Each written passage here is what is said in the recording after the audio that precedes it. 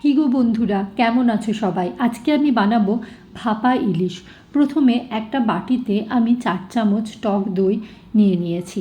তারপর ওর মধ্যে দিয়েছি নুন, হলুদ গুঁড়ো, সর্ষে, পোস্ত, কাজু বাদাম, কাঁচা লঙ্কার পেস্ট আর সর্ষের তেল। তারপর পুরো মিশ্রণটা ভালো করে ফেটিয়ে নিয়েছি। একটা টিফিন কৌটোর মধ্যে আমি প্রথমে অর্ধেক মিশ্রণটা দিয়েছি। তারপর ইলিশ মাছগুলো একটা একটা করে সাজিয়ে দিয়েছি। এরপর ওপর থেকে বাকি মিশ্রণটা ঢেলে দিয়েছি। চামচে করে মাছগুলোর গায়ে মিশ্রণটা ভালো মতো লাগিয়ে দিয়েছি। এরপর ওপর থেকে আরও একটু সর্ষের তেল ছড়িয়ে দিয়েছি। তোমরা চাইলে সর্ষের তেলটা নাও দিতে পারো। এরপর একটা একটা করে কাঁচা লঙ্কা নিয়ে মাছের ওপরে দিয়ে টিফিন কৌটোটা বন্ধ করে আধা ঘন্টা মতো মাছগুলো ম্যারিনেট করে রেখেছি।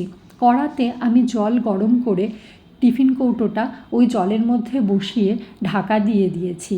গ্যাসটা সিমে করে মিনিট 20 মতো রান্না করেছি।